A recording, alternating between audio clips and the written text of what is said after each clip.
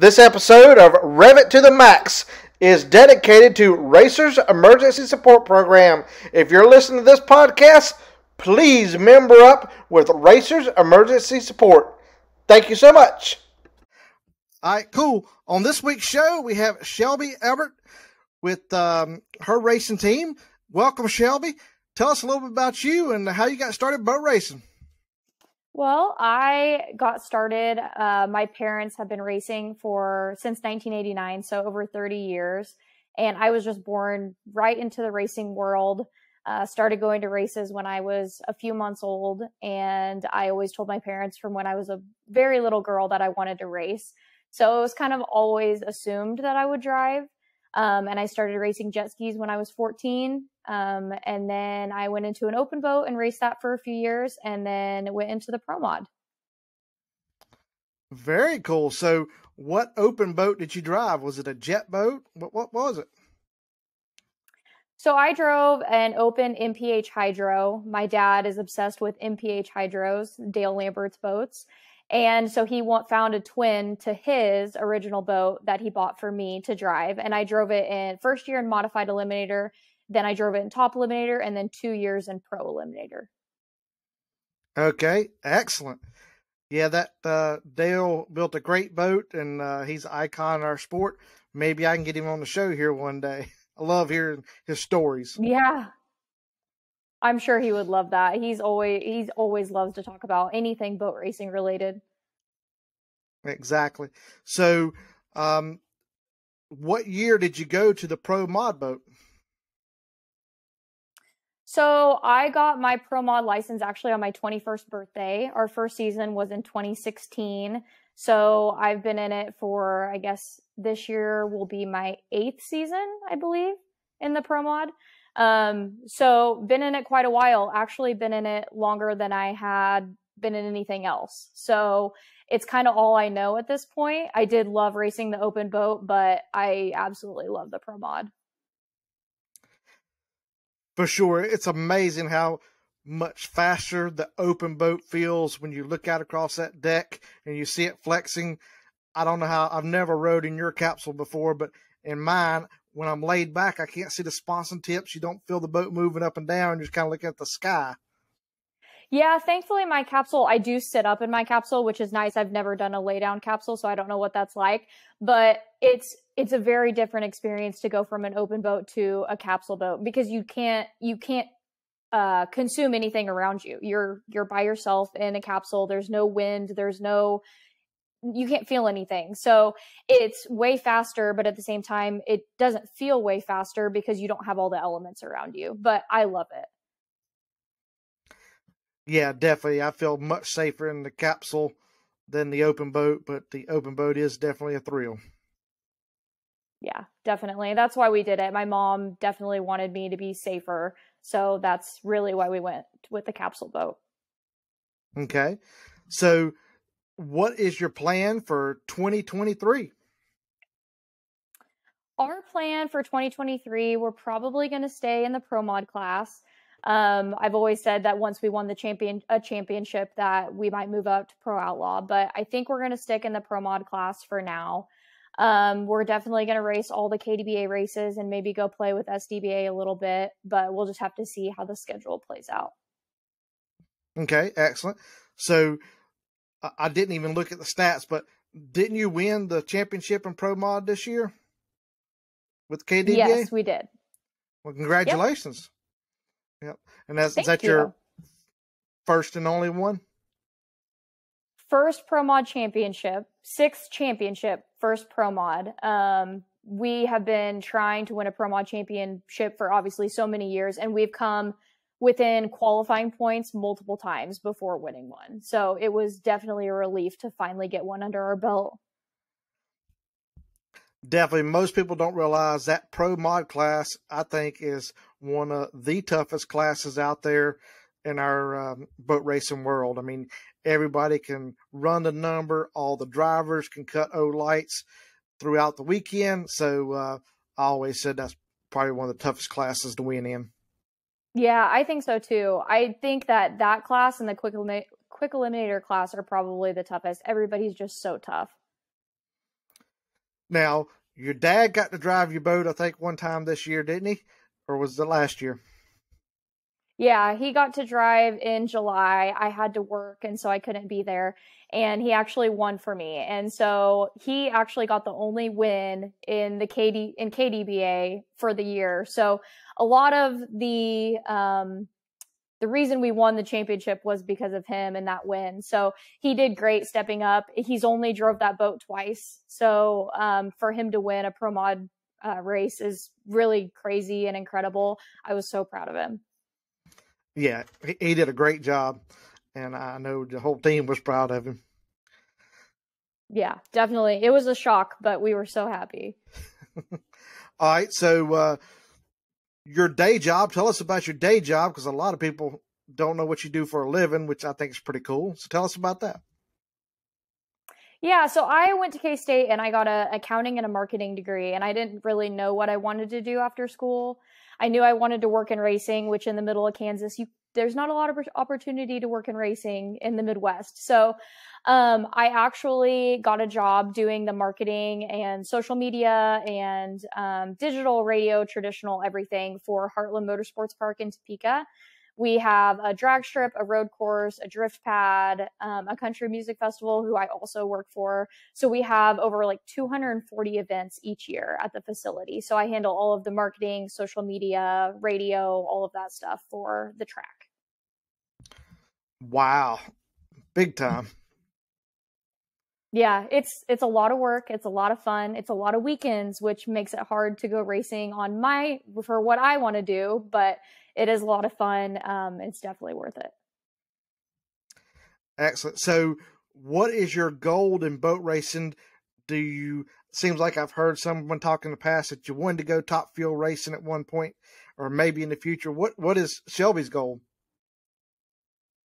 Honestly, my goal up until this year was to win a Pro Mod championship. I'm big about making yourself, I guess, you accomplishing each class. So I accomplished Pro Eliminator. I won 4 championships in Pro Eliminator. I had accomplished PWC, won a championship in it. And before I moved on from Pro Mod, I really wanted to win a championship in Pro Mod before moving on. Since Lucas Oil has been out of the sport, I don't really know what my goals are. We have talked about Top Fuel, but obviously that wouldn't be on our dime. That would be a team that would come in and want me to drive for them. But as I get older and settle down and, want a family and all of those things, I don't know that Top Fuel is in the cards. I'm never going to say never, but, right now, I'm happy in Pro Mod. I do see us going Pro Outlaw someday. We have the motor. We would need to get a blower, but besides that, we have everything to do that. So I definitely see us doing that someday. But right now, I'm really happy in the Pro Mod class. So right now, I'd say win another championship or 2 or 3 or 4. There's no end in sight for me. I feel like a lot of women have that end in sight, but I don't feel like I have that because I'll always come back to drag boat racing. But right now it's just championships are the goal, and then Pro Outlaw, and then who knows? Love it. All right. So tell me a little bit about your boat. Who's the manufacturer of it? That kind of thing.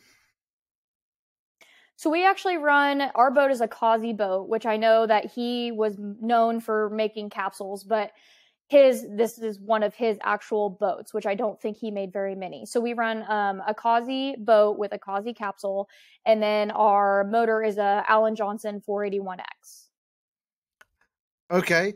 Dale Lambert tied back again, right? Because Dale and yes, and Alan Johnson were close back in the day. Yes. I think Dale is one of the only other ones that have really tried to experiment with the Alan Johnson deal. So I think we're one of the few in drag boat racing that runs that combo. Excellent. So tell me a little bit about your parents.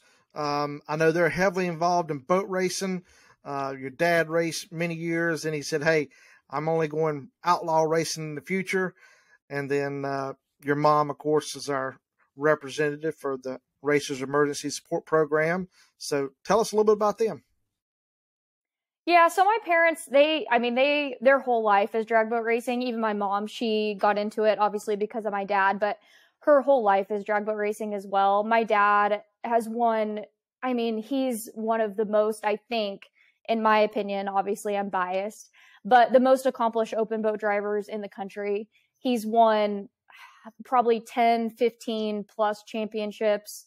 I think the only thing he hasn't accomplished was winning Smokin' in the Cove, which I know he wanted to do. He was 2-time driver of the year with Lucas Oil and 1-time driver of the year with SLDBA. So 3-time driver of the year, which he loves to tell us about. He's super accomplished and a great driver.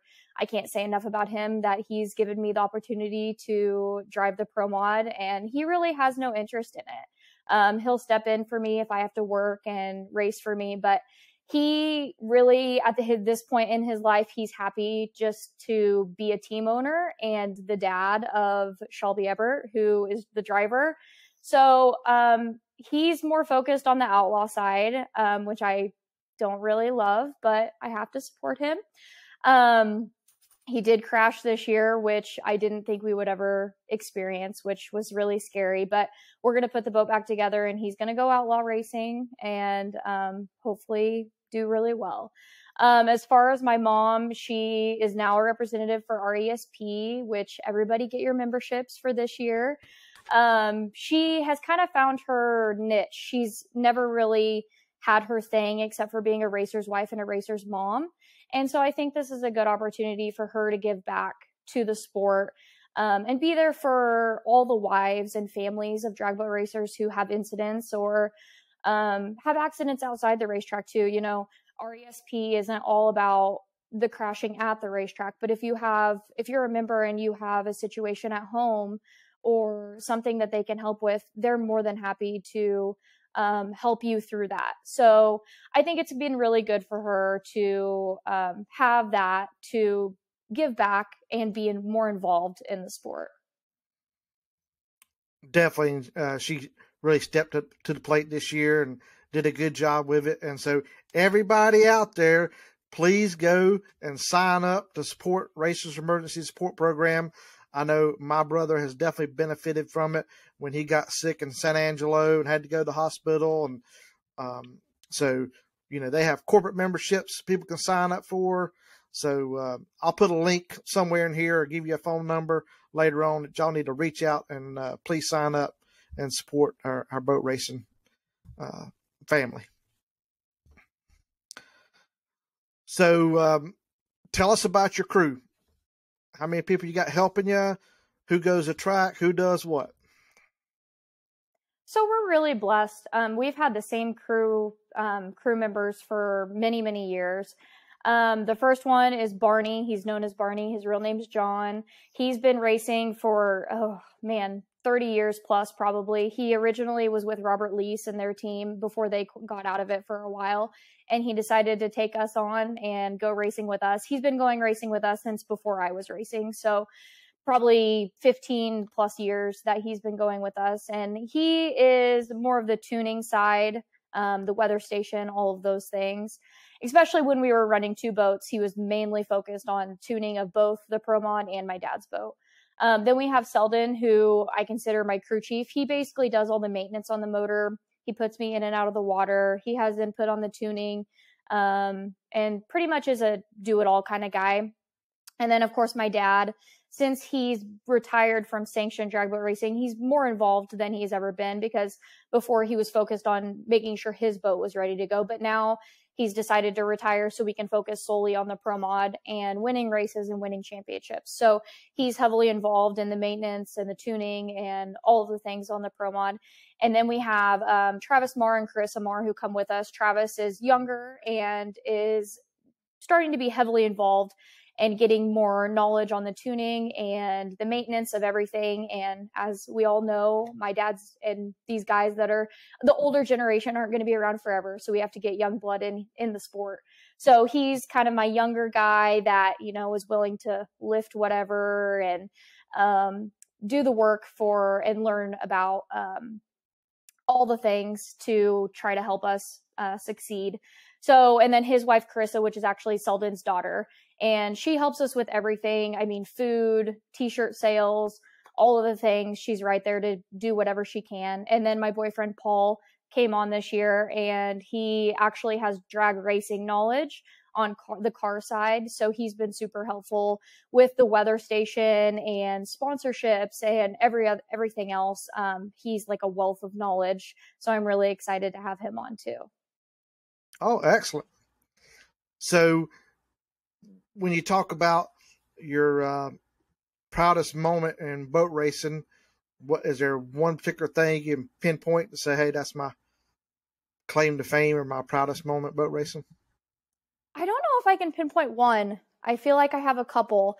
Obviously the first one in the Pro Mod, we won in Wheatland in 2018, and 2017. And we were in front of our hometown crowd because that's our home race. And that was an amazing experience. Then it would be 2018 winning the World Finals. I had won the World Finals on a jet ski, but I had never won in a boat. So winning in Pro Mod was absolutely huge. I mean, the World Finals is obviously the biggest stage in drag boat racing. So to win and it to be Lucas Oil's last race, little did we know at the time. It was amazing and so special to get to win that before they were done. So that, and then my dad and I have gotten to win a couple times together, once in the open boats and then once in Wheatland in 2018 with the Pro Mod and his open boat. So that was really special to win together. And then I guess the last would be to win. We've won Phoenix the last 3 times we've been there. So that's just like incredible to me. I still can't wrap my head around it.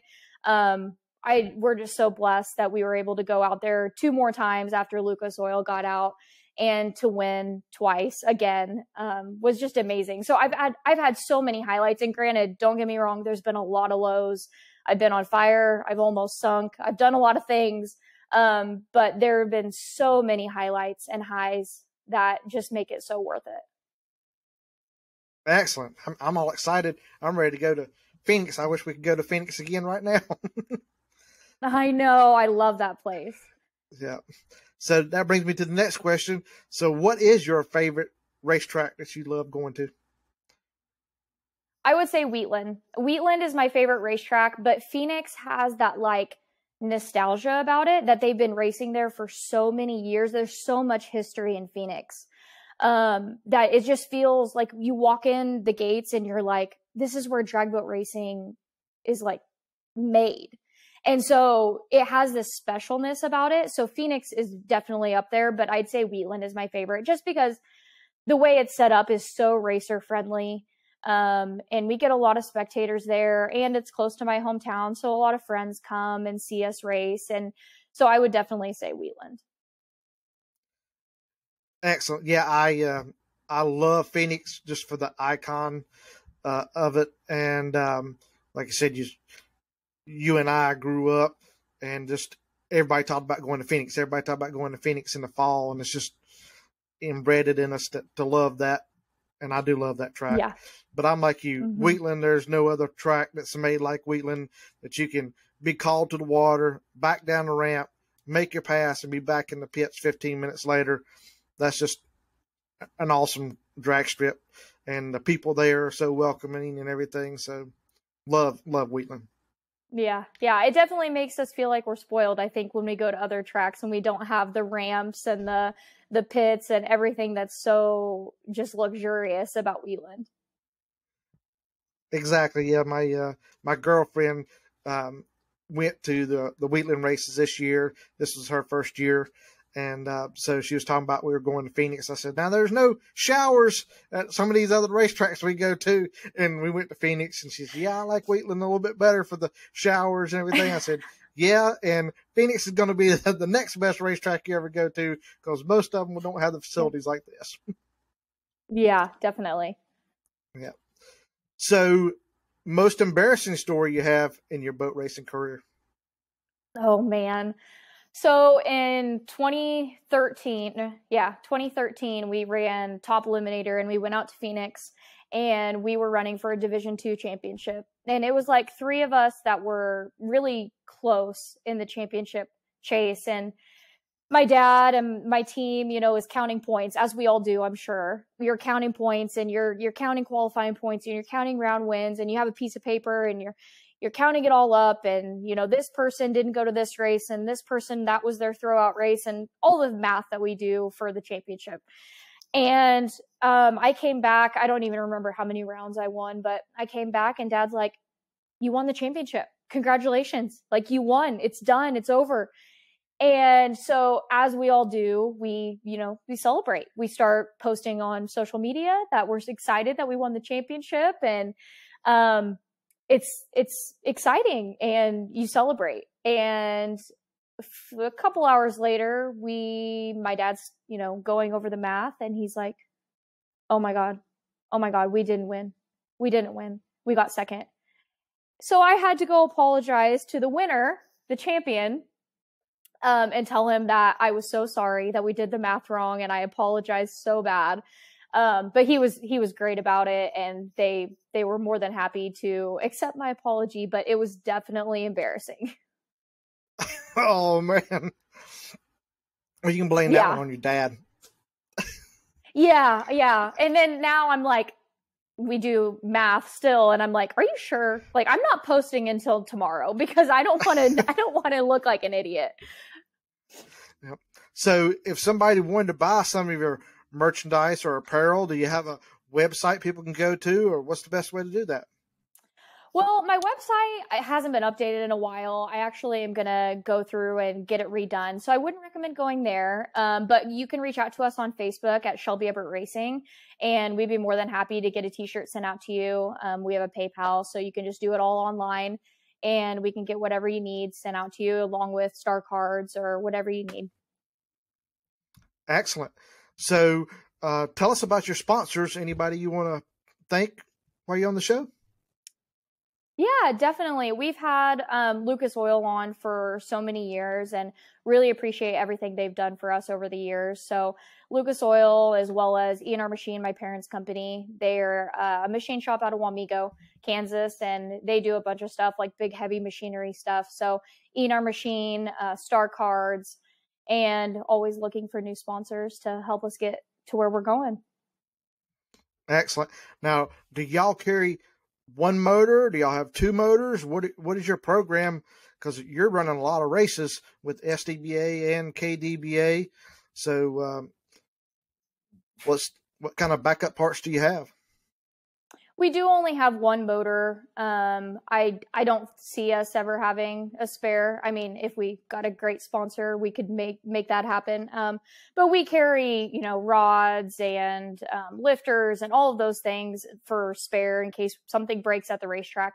But as far as a spare motor, we don't. We just make sure to do the maintenance on it every year and make sure we look at it. We run the valves every single weekend that we race, and make sure everything's good to go there. We check the oil filter, all those things, just to do the maintenance to make sure that the motor's running well and that there's no signs of wear and tear before catastrophe happens.